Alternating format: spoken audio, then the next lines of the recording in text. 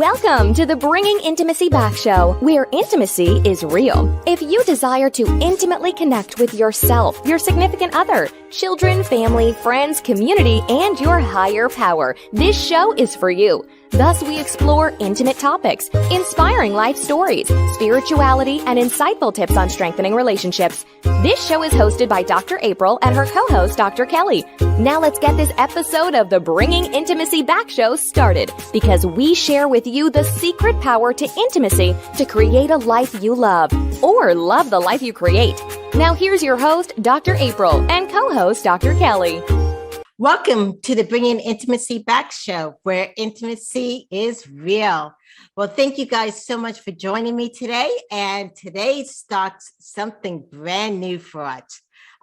Even though I know you heard it on the commercial coming up about Dr. Kelly, but Dr. Kelly is no longer going to be with us. She's doing some fabulous things of her own. And so now we have a new co-host.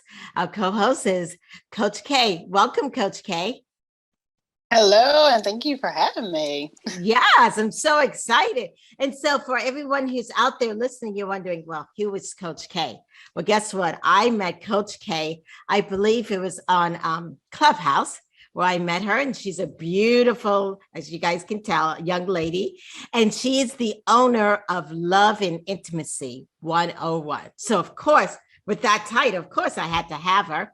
She's a life coach, a certified clinical sexologist. She believes in love and life and an intimacy coach. She is also married with 5 amazing children, and she's been a guest on our show. So if you want to go back and look, and she gave us, I believe it was like, was it the 5 pillars of a stimulating relationship. That's right. The 5 pillars of a stimulating relationship. Yes. So she is wonderful. And I'd like to welcome her on as a co-host. Welcome. Well, I thank you again so much. And yes, with the company Love and Intimacy 101, this is just like a perfect match waiting to happen. Yes. Since you and I both have been specializing in intimacy, what do you define intimacy as? So for me, intimacy is a closeness or bond that you share with one or more parties. It's like almost a unspoken connection that you have with something or someone. Yeah, definitely. Yes. And that connection is like when I met you the first time, and even you being on the show, we had this, connection. And connection is strengthened by all the other parts of intimacy and communication and that kind of stuff. Yes. Absolutely. Yeah, good. And what we're talking about today is that connection of intimacy through contact, through eyes, hugs, and voices. And today, I'm so excited. Guess what? We have a guest that specializes in that. That is exciting. I'm excited to hear everything. Okay, good. So let me introduce our guest. Our guest is Jerry Nehr, and Jerry is definitely a person who understands intimacy not only in relationships but in business. So he's been doing his business for since 2000, almost over 20 years, I guess. Yeah. Right. Yes. And he's the president of Creative Discovery Training and Consulting. He's a writer, a speaker, a trainer, a coach. He does a lot of work with businesses and healthcare professionals and government officials. And he does a variety of mentoring and coaching. And he also was looking at all your stuff, coaching in the sense of culture, coaching in the sense of training, leadership, career. So he does a lot. Welcome, Jerry, onto the show. Thanks, Dr. April. Thanks, Coach K. Okay, yes. So as you were sitting there listening, it's something I ask everyone. What is your definition of intimacy? Right. Well, thanks for having me on. This is a real treat. I appreciate it. And hey, listen, I like what Coach K said a lot about the oh gosh, and I didn't have it written down, but you said a phrase. It'll come back to me. My definition is complete trust and vulnerability with another human being in the present moment. and that's it. But Coach K, I just want to, I should have written it down. You said something in your definition that really rang true for me. Can you say it again? Usually out of mouth, out of mind, but I believe it was something of that closeness and connection that you share with something or someone or more, one person or more. Yeah. No, I know how that goes. It's there, and you say it, and then somebody asks you, "Hey, repeat that," and it's like, "Whoa, I can't remember." No, it's just that. I've been in, I don't know if you how much. I mean, that's my definition. So, it's real ethereal. I mean, I know what it was. It's almost like you said unspoken.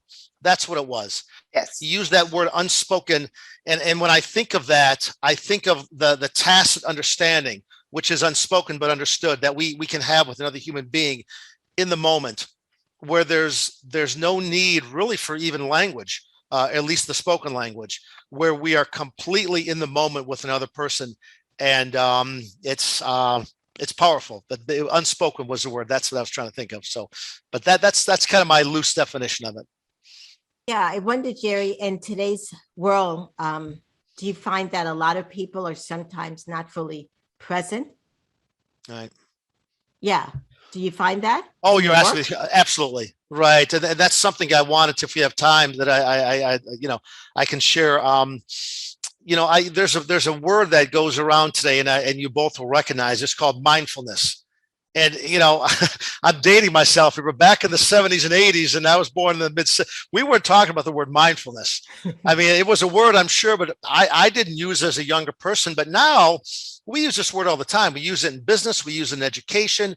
We use it in therapy. I'm a licensed therapist in the state of Michigan here. So we use this term to convey that one is aware of what they're thinking. That's really, in its simplest form, what it means. Which means you have to be in the present moment to do that, and you have to be aware of what your thoughts are. So certainly, being in the moment, although we all strive for it, those of us who talk about stuff like this, it's really difficult because it's ever fleeting. Even me talking right now, it's everything I just said is history. So to stay present. And I'll share with you how I do it if you want to know that as we go on here. But, being able to quiet your thoughts down, and through breathing, and some people call it meditation, some people call it prayer, some people call it just being with yourself, but being able to stay in the moment and to practice that, to have that as a regular practice, so that when the chaos occurs, because it invariably will, because we're just human beings and things happen to us and we happen to other things, that being able to have that skill of going right back to the present through our breath is critical, I believe. Yeah. So I was just wondering, as a business person, and business leaders may be listening, and I know you go into businesses and help them out, a business person may ask, why would I have my workers do any mindfulness? Isn't that like wasted productivity? How does that affect my bottom line? Right. Is there any research on that? I'm sorry, what's that? Is there any research on that? Oh, there's tons of evidence on that. Sure. I mean, so Dr. April, I mean, that question gets asked to me a lot. I mean, I work a lot with law enforcement on such issues as implicit bias and leadership, emotional intelligence. I work with CEOs and higher level managers, directors, executive directors who are leading people, who have people reporting to them and who rely on them for good leadership. And that question comes up all the time is, Jerry, we don't have time to get into some of these deep breathing exercises that you recommend, or we don't have time to slow the conversations down. We have work to do. And my response is always the same. It's, you probably don't have time not to do this, because if the individuals who are working with you and for you, and who are whatever your product is, if they are not healthy, if they are not well, cognitively, emotionally, spiritually, they will inevitably probably not be their best selves in the workplace. So what can be a 5 or 7 minute employee wellness exercise a few times a week, or even to start off the Monday morning meeting with that, though it doesn't look like a big ROI get immediately, the research is that those employees who are your happiest and who are your healthiest do the best work. They have less time off. They're not as tardy. They benchmark. They are able to. They're more servant minded in their work. So yeah, there's all kinds of people who do this for a living and research this kind of stuff that's out there to convey that it's really you're missing the boat if you're a 21st century employer and you are not doing the wellness piece. You're kind of in the dark ages. I definitely agree. I have a background in human resources, and I've watched it firsthand. Where if you're not giving your employees that space, there you go. They're not going to give you their productivity. Absolutely right. Mm-hmm. Yes, and so also in the sense of like now with technology, we are all doing this virtual thing. How does that impact mindfulness or? Yeah. Well, I think, Dr. April, I think in some ways it's antithetical to mindfulness. Listen, I mean, we're using Zoom right now. So we're talking about something and maybe are going to critique the very thing that we're using right now to connect. So, we need to be aware of that first and foremost, that there are some good things that occur on social media besides who you voted for and what you had for dinner last night and your best profile picture. So there's some things that can happen in social media that can be assistive, okay, in connecting with people. But here's what I found is that there's a glaring difference between, of course, the physical experience and the virtual experience. I mean, I can show my best self through social media. I can take, if I want to, 25 pictures of myself to make sure I get the best angle, that I look the best I can. I can retype my response, my post, my reply. I can put Jerry Nehr out there in his best self, which truly isn't me. I mean, it's a part of me, but it's not all of me. Okay, because when you see me in real person, I'm not as forgiving. I'm not always going to say it right. I'm not always going to have the slickest and the most well thought out response because I cannot edit myself in the moment. I mean, I can, but if I already said it. But when I'm typing something in, or I'm on my screen, and I'm looking to communicate that way, that I've actually done the opposite of what I'm really trying to do. With that is to connect with somebody. That indeed I'm not completely real because of the nature and the setup of social media, that we get a chance to be less actually than what our profile suggests. So I mean, I've written a few things down. I mean, I know this is a big part of why I'm here, perhaps, but something to look at is the bandwidth of our connections. So if we look at the breadth versus the depth of our who we're connecting to, I mean, I have a fair amount of Facebook friends. They're not really friends. Exactly. Some of them I've never met. I've got thousands of LinkedIn connections. I have maybe this is being very conservative. I maybe have had conversations with maybe a couple hundred of them, but I've got close to 10,000 LinkedIn connects. So I mean, what does that mean? Well, it just means that I've connected virtually or online with a fair amount of people. Okay. But are those relationships meaningful? And do I really know about these people? So if one is concerned or has a need to increase their numbers in terms of who they're and as a business person, it benefits me. Whoever Right. tunes in today, maybe I'll say something that they like, and they may say, "Hey, we'd like to have you on our show," or maybe I'd like to have you come in and do a training, or we'd like to give you a presentation. Right. So that's all cool. But what I've sacrificed is that how many people am I really touching and who are touching me on a daily basis? I mean, this is wonderful right here, because even though we're not in the same physical space, we can at least hear and see each other, and we're talking about something that I think we all think is meaningful. So I'm trying to answer your question. That's one of the things. I know what I found out is that because I do a lot of virtual appointments, and so one of the virtual counseling appointments, yes. Sure. And of course, supervision. But what I found out is now that I'm doing a lot of virtual, I'm better at the facial. I can read people's faces a little bit better because you get a clearer understanding of their facial than I did before when I saw people in person. I mean, that's just one positive. I don't know if you've noticed anything, Coach K, in doing the video. Yeah, you do become more aware of your surroundings, and you pay more attention to the other person because it's you on a screen and there are no real other distractions per se. And you're more focal because you are trying to make a real connection with a machine and a person almost, if that makes sense. So you're trying to break through the computer into the other person. So you're more aware. Mm-hmm. Yeah. And you just mentioned breakthrough, and breaking through a lot of times is that eye contact, that facial expression, and even the voice. And how does that break through, how our levels go up and down.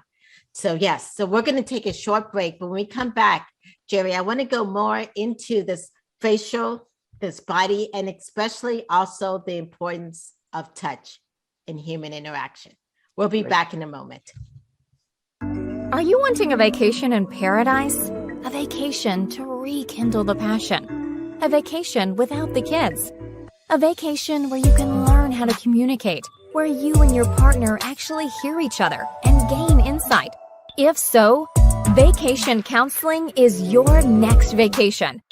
Dr. April Brown has created vacation counseling in Southwest Florida as a perfect option for you and your partner. Our retreats are one couple at a time. We have a variety of packages available to choose from, including virtual couples retreats. If you and your partner are interested in the vacation counseling, please visit us at vacationcounseling.com for more information on pricing and packages. Also, follow us on Instagram and Facebook. To keep track of the latest news, stories, activities, or coupons on vacation counseling and Dr. April's other services, we encourage you to sign up to receive a monthly newsletter called Intimate Connections at draprilbrown.com. Remember, if you and your partner are struggling with communication and intimacy, and you all are looking for a retreat to connect, vacation counseling can be your next vacation in Southwest Florida.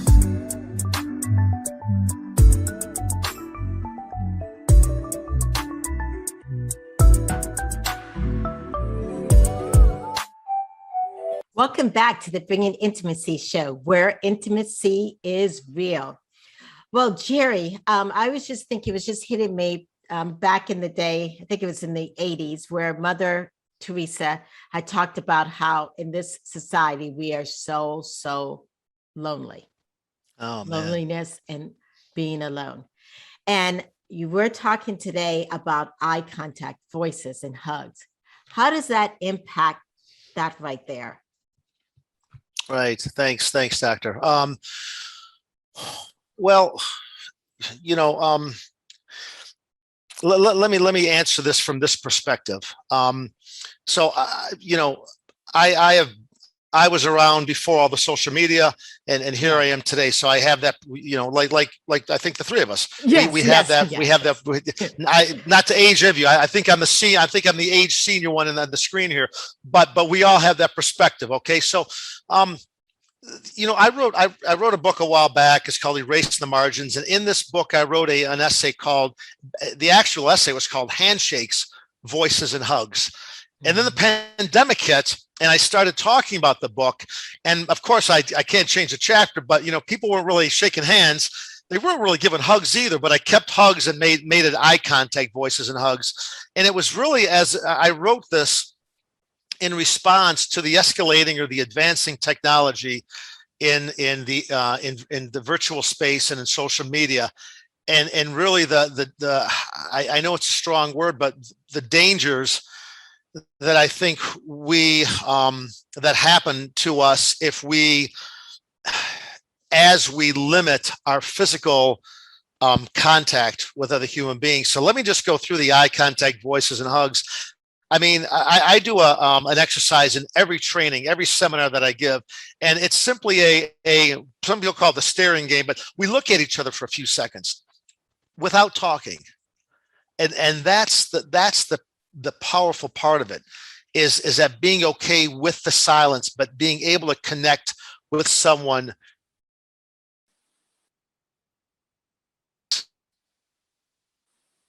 Okay, I'm not sure.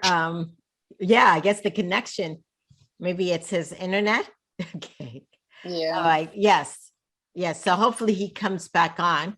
But Coach K, as he was talking about back in the day and how society is want really today. three. Okay, so you back on? Yep. Okay. Yes. Was that me? Was I not on? Yes, you were not on. So if you could. Oh, geez. Okay. I don't know when I left off. Okay, you can just start back over. That's fine. Sorry about that.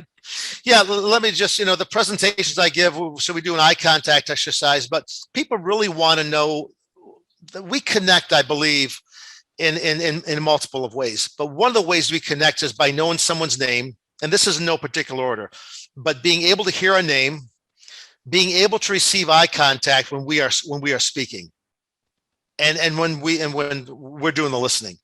And then the other one is there's 3 words, but it's the words "I love you." All right. Those have been measured as things that make us feel good. Now, I don't tell people who I'm presenting to that I love them, but I certainly am invested in knowing their names, and in particular, being able to give them healthy eye contact, which if you're doing Zoom or FaceTime or, you're doing a webinar, I mean, you can have that.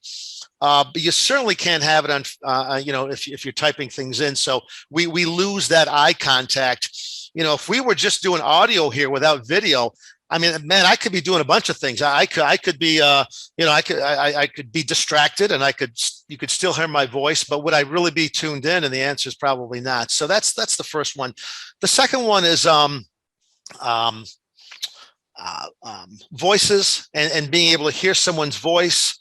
I always say if you feel lonely or isolated, make a phone call, which is losing popularity. I think every single day we get comfortable behind the screen. We don't want to make the mistake of saying anything bad. So if I type it in wrong, oops, let me back. I didn't mean to say that. Once we speak, as I said before, it's spoken. So the voice is a powerful thing. If we're blessed enough to have the gift of being able to speak, then to make our voice, people always say, make your voice known. But the connotation today is not always with the actual verbal voice. It's, through your activism, perhaps, which is great, which is through your writing, which is great. But the voice is another way in which to connect. And finally, the last one is hugs. I come from a pretty affectionate family. So I grew up, the men and the women and the aunts, uncles and grandmas and grandpas, and we all hugged and kissed each other in a very, very, I think there's some boundaries there for sure. But, we were a touchy-feely family. Nowadays, we got to be a little bit careful with that, all with the climate that's going on. And I'm very mindful of that. I was younger in my career, the guy who would walk down a hall in an office building and I'd shake your hand. I'd put my hand on your shoulder and say, hey, what's going on? It didn't matter if you were a man or a woman or what gender, what race you were, what age you were. And this was such a long time ago, and I won't mention where I'm working, of course, but you'll appreciate this, Coach, but the HR director called me in. She said, hey, I noticed that you kind of touch people. And I was like, well, hold on, what are you talking about? She goes, I said, somebody complained. She says, no one's complained. She said, but somebody might. And I said, I got it. I won't do that anymore. So we have to be careful in the workplace and outside the workplace of how much, even though we might be comfortable with it, are we putting our levels of comfort of that on somebody else? I absolutely, though. And I've worked with guys in prison. I've worked with CEOs. There's maybe a handful of times where I thought, boy, I maybe shouldn't have shaken their hand or, touched their arm in such a way. Almost all the time, it's a welcoming thing. I think the approach is important. If you don't have that level of comfort with yourself and of other people, don't do it.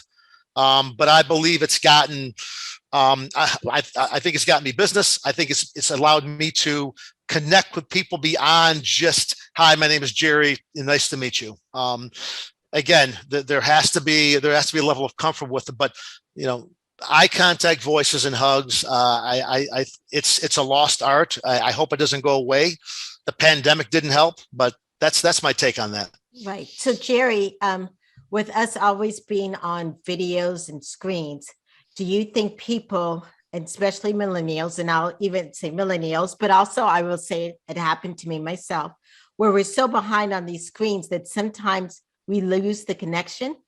You know what I'm saying? That when we're around people, and what happened to me, I'll give an example. I'm always able to talk and all this kind of stuff, but I went to a Bible study in person. And for some reason, I got so anxious about speaking out. And I said, April, what is this about? You speak out before. And then I said to myself, it's about me always being behind the screen. Yeah. So I wonder, do you see that? I'm not in the business world as much, but do you see that with millennials or people who've spent so much time behind the screens, that social interaction?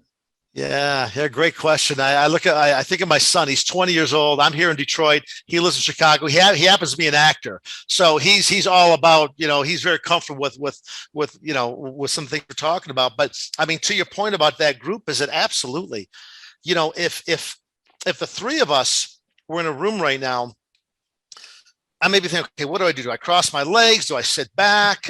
I'm, are they paying attention to me? Hey, come on, I'm talking.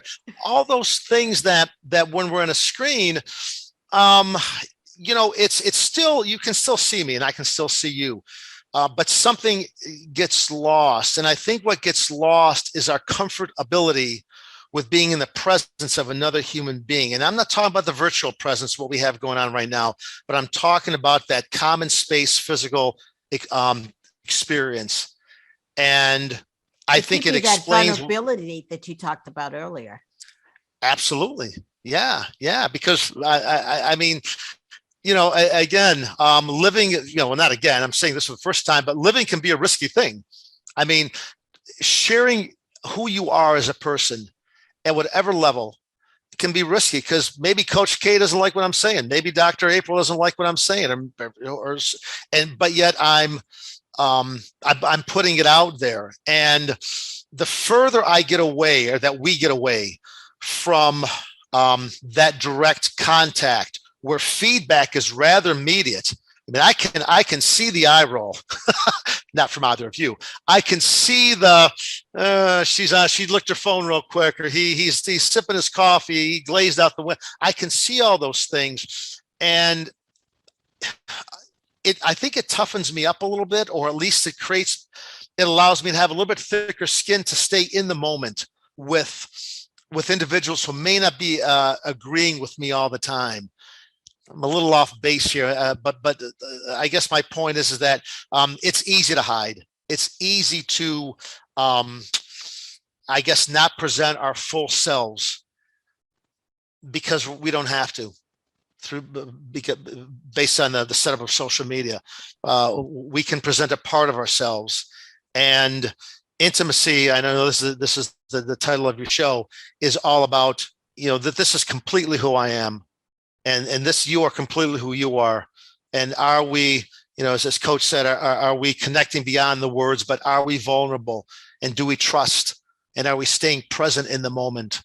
And so I'm trying to answer your question, but long answer, short question is yes. I believe it. I don't think it helps us in that area. We saw a lot of that at the top of the whole pandemic, with the students having to go virtual. And I watched how this year, my younger three are completely different. I kept saying they need that people interaction, because what I saw of them last year, this time, is terrible in comparison to, and I'm talking about their overall attitudes, how they feel. It's almost like the flower that was put behind the chalkboard versus the one that was brought in front of it, and the sunlight was able to come through. It needed that connection. So that was, if we just watch the children, if anyone's listening, think about your child a year ago versus today. They needed to be in that space with other people. Absolutely. I feel. I mean, but yes, sun is the disinfectant of our the patterns that we get into that are maybe not healthy. So when we bring things to the light, it unveils a lot of things, and we're able to be, I think, more real. Yeah, my son, I remember he was taking Zoom classes, and he said, "Dad, I've got an acting class today. It's on Zoom, and we have to do this scene." He said, "How do we do this?" It was, I mean, so colleges and schools, they did the best they could, but it doesn't it's not what's needed in terms of educating kids in the class like it is in the classroom. And I think about, as parents, or even our first connection was through touch, because we came through, in most cases, a woman, and there was a touch. Yes. How important do you think is that physical human touch, Jerry? Because that's really one of the first senses that we develop. Right. But Dr. April, that should have been what my response was to you. I didn't even I wasn't sharp enough in the moment to think about how almost all of us are born. Yes, we come out, and there we are, right? And so I know for me, because I like the physical touch just as a human being. I mean, the feelings that I get when I'm able to even give somebody a, hey, what's going on, give them a fist pump or pat them on the shoulder if I am touched, it does, I know it does something for me that makes me feel like I'm connected to another human being. Okay. There are those individuals who don't like that and who would rather not have that be as the part of the engagement, the interaction, and you have to respect those boundaries. And if you don't know them, I always say, err on the side of maybe not doing that and until you get to know them. But to answer your question, I think it's critically important. The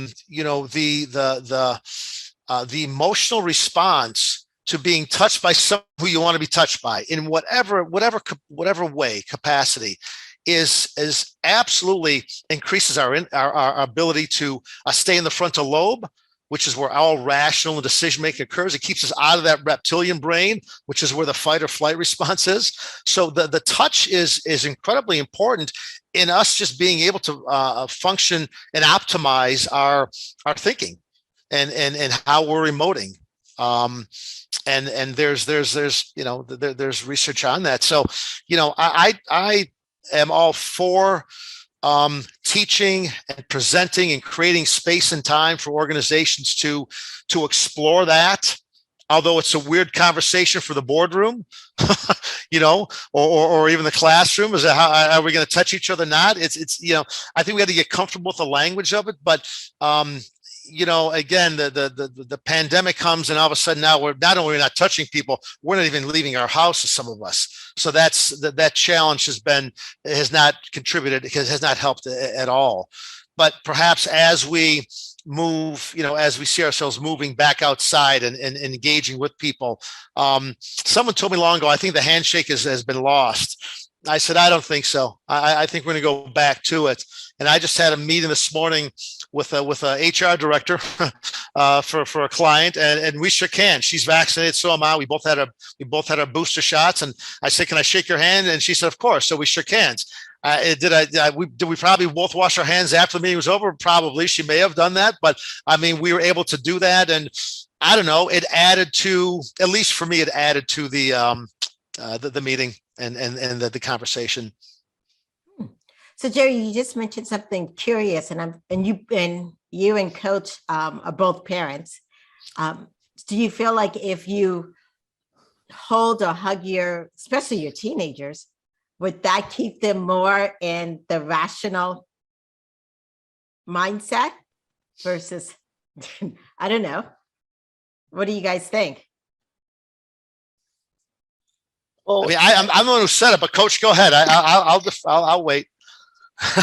Well, I just think, to me, it keeps them in a mindful, there's that word again, state, because the reality is a teenager is going to do ridiculous things. We get that.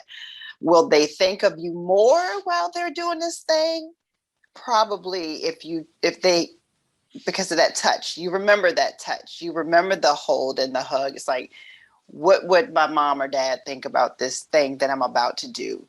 So a child that's, rarely touched, they're off to the races, without a thought. So I'd love to hear your thoughts on that for real. Yeah, thanks. I mean, I think when we hug other people and when we are hugged, when we have that embrace, and there's varying degrees of it, of course, but I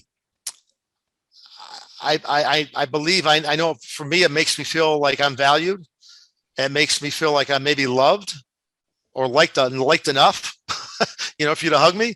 When I hug you, I'm letting you know that I care about you to a certain degree, and that I might love you. I might really respect the heck out of you, and I want to give you a hug and show you that beyond just saying that I respect the heck out of you. And so when I think when human beings receive that kind of that affirmation or that self-efficacy that, boy, I do matter, at least to maybe one other person who just decide to embrace me. I matter. And when we feel like we matter, we grow and we leave behind our lower selves slowly but surely. And as we move into areas of higher growth, as we ascend to higher levels of functioning, we leave behind the lower thoughts of I'm not good enough. I'm not. Nobody likes me. I need a certain amount of likes on my post to feel valued.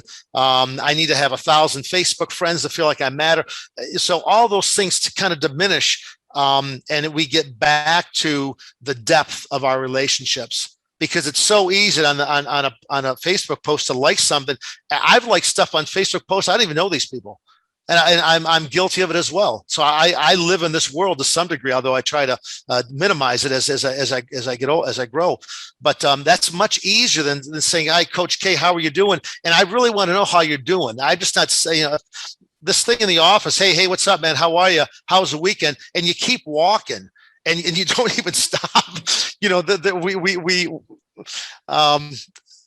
We have to. This is a strong statement, but I believe we really have to slow down and start paying more attention to each other beyond our politics, beyond our how we look and believe and who we think is like us and not, and really begin to tune in to who we are as human beings. And that can be intimate. You don't have to be, a lover with someone or romantically involved. You can be intimate in a conversation and with someone you barely know. But if you have a point of connectivity, that's powerful. Yes. And you just mentioned about people feeling that they matter. And I'm curious with you and with Coach K, if someone that's out there feeling like they don't matter, or if you've had clients who says, "Hey, I feel like I don't matter, I feel isolated." What are you guys' tips for that? You go ahead, Jerry. Okay. All right. I was thinking. Oh. I thought, well, Coach will bail me out here. Well, listen, no, I certainly, I think, we can tell someone that they matter. Okay. If someone says, "Jerry, I don't feel like I matter," and say, "Well, Dr. April, of course you matter. And here's 5 reasons why I think you matter." Okay. So that comes from me. So whenever it comes from something outside of ourselves, we can doubt it. If you believe it, then it's true. So, something that I can talk as a therapist on this. It's something I've done in the past as a therapist. I don't see a whole lot of clients anymore now. I do most of my work in coaching and training and development and seminars, but is to ask them how they see themselves and tell me about you. And listen, don't just highlight the good stuff. Tell them the things you don't like about yourself as well. But if it's all bad stuff, I'm gonna push you to think of some good stuff too. And then I just listen. And allow them that space to find some answers. Now, I didn't do that early on. I would say, no, here, look at the things you've been doing over the last 3 weeks. Here's your treatment goals, and here's the 3 things you accomplished. And I would get into all that. And that's kind of the low-hanging fruit. It's like that feels good in the moment. but it's not as long lasting as if one is able to find that stuff. I mean, someone who's really compromised and, cannot think of anything, well, then of course you have to help them along. But I usually try to default to, I want to hear back from you to tell me more about, about you and what you feel valued upon. So that's, I definitely agree with that. I like to turn the question around because I can't understand where they are and just ask them, well, tell me why you don't matter. What does that look like? Where did it come from? And a lot of times, like you said, they're able to start really thinking about it and come off of the surface to go down below that they realize, I thought that I wasn't doing X, Y, Z, but I'm actually doing A, B, and C. And so bringing that client around by posing the question back to them of the statement that they just gave is what I like to do. And I learned that in the HR office, you give me something, I'm going to hand it back on a different platter and you tell me about it. Yeah, I love that aspect. Definitely. One of the things that I do sometimes in helping clients look at themselves, especially when I'm not around, is when they're strong, I have them do like a little video talking to their weaker self. And so when they're weak, they have to listen to their stronger self. It is just, one way of helping them do that. Wow, yes. That's cool. Yes. Well, we're going to take a short break and we come back. We want to learn more about you and Jerry and how we can connect with you. We'll be back in a moment. Renew your connection and your love in beautiful Costa Rica. February 27th through March 3rd, 2022. We'll make sure it happens. Vacation Counseling Intimate Couples Retreat. Your next vacation. Enroll now at vacationcounseling.com.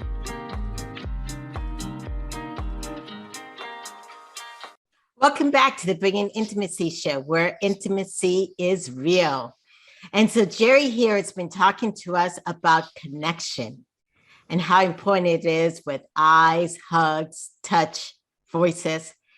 Yes. And so Jerry, I know you've written a book. Yes. Yes. Yes. Can you tell us a little bit about your book, Erasing the Margins? I've got it right here. This is it. This is the book. Okay. That was my plug. That's my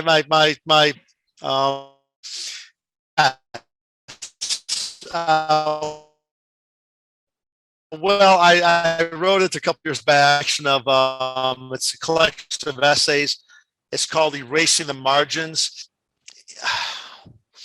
It's from my work and in my reading. Can you still hear me? Yes, sir. Am I good? Yes. Okay, great. So it's just a collection of essays based on my experiences with as a therapist, as a just as a human being, in talking with and trying to help, or at least trying to be there for those who I would say have fallen outside the margins of society. And these could be folks who are home. They could have addictions. Okay. I've worked a lot in the field of addiction as a therapist, working in the prisons, working in the jails. I've worked in private practice. I've worked a lot with police and white kids, black kids, Hispanic kids, any race who are in trouble. So the book is really it's my kind of thoughts on how do we bring people back into the circle and back into the margins so that everyone has a seat at the table and feels important. Okay. And it came out a couple of years ago. Get on Amazon. It's not a long read. It's like 100 pages, 120 pages. And I talk about there's a experience I had with a woman. I was in Chicago church. I stopped in this church that was kind of important to me. And it was minus 2 degrees that day. Chicago gets really cold, of course, right? And I go in there and I got my Starbucks coffee and I warmed it on, and there's homeless people in the pews. It won't take any much longer, a whole lot of time in this, but I was hit with the idea that, I have no idea what this woman goes through. She had I knew she was homeless just because I've worked with homeless people. She had all of her possessions in a couple bags, and she was there until they told her that she had to leave because this was an shelter. And I wrote a story about that, how we oftentimes will give $1 to the person on the side of the road, and that's great.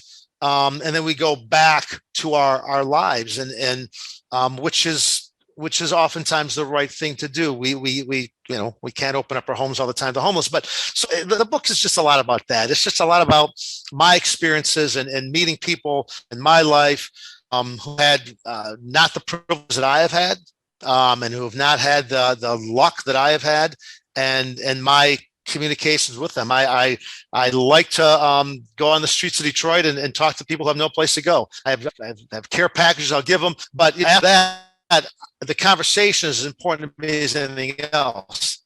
I mean, I know the shelters in Detroit says, "Hey man, jump in. I'll take you to a shelter. Can we do that?" And most of the time, a lot of times, no one to do that for all their right reasons. Conversation is so important to me, and that being able to be $1 or the gift card, which is cool, but do themselves as on an equal footing as them.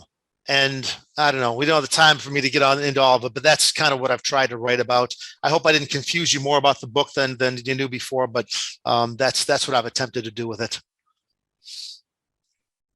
Okay. Well, thank you so much for sharing us for information about the book, and it can be found on Amazon, which is great. Yes.